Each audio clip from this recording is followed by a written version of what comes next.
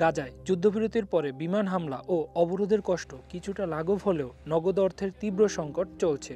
গাজার বাসিন্দারা তাদের সামান্য সঞ্চয়টুকুও সহজে ব্যবহার করতে পারছে না, থাকলেও উচ্চ ফি কেটে নেওয়া হচ্ছে। ফলে প্রতিদিনকার কেনাকাটা ও প্রয়োজন মেটানো কঠিন হয়ে পড়েছে। মানুষজন বাধ্য হয়ে মধ্যস্বত্বভোগী ব্যবসায়ীদের কাছে তাদের বেতন বা সঞ্চয় নগদ করালে 20 থেকে 40% পর্যন্ত অতিরিক্ত ফি দিতে হয়। ফলে দরিদ্র পরিবারগুলোর ক্রয় ক্ষমতা আরও কমে গেছে। 2 বছর ধরে চলা গাজায় যুদ্ধে অনেক ব্যাংক ও আর্থিক প্রতিষ্ঠান ধ্বংস হয়ে গেছে। যুদ্ধবিরতির পরে ধীরে ধীরে কিছু ব্যাংক খুললেও সেখানে দীর্ঘ লাইন, ব্যাংকিং ব্যবস্থা সমানভাবে কার্যকর নয়।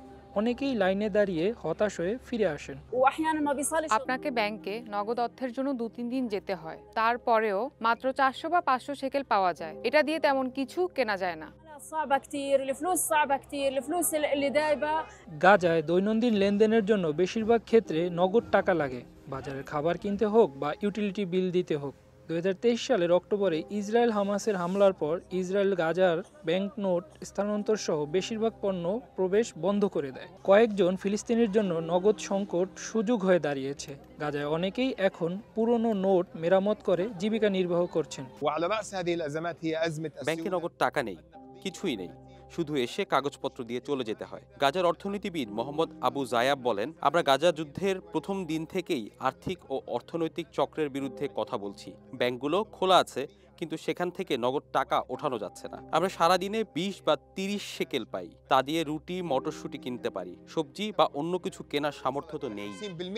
কিছু মানুষ ডিম বা চিনির মতো ছোট জিনিসের জন্য ব্যাংক অ্যাপের মাধ্যমে ইলেকট্রনিক ট্রান্সফার করে, কিন্তু বিক্রেতারা এজন্য অতিরিক্ত ফি যোগ করছে। গাজায় নগদ অর্থ সরবরাহের বিষয়টি মার্কিন প্রেসিডেন্ট ডোনাল্ড ট্রাম্পের 20 দফা শান্তি পরিকল্পনার মধ্যে। গাজা উপত্যকার সহায়তার সঙ্গে সংশ্লিষ্ট কর্তৃপক্ষ জানায়, ব্যাংকনোট ফিরিয়ে আনার বিষয়ে কবে অনুমতি দেওয়া হবে তা নিয়ে কোনো মন্তব্য করেননি। নোট ও মুদ্রার অভাব গাজাবাসীর সংকটকে আরও বাড়িয়েছে। অনেক আত্মীয় চাকরি ও বাড়ি হারিয়েছে, সঞ্চয় শেষ করেছে এবং খাবার, তাঁবু ও ঔষধ কিনতে সম্পত্তি বিক্রি করেছে। কেউ কেউ বিনিময় বাণিজ্যে টিকে আছে।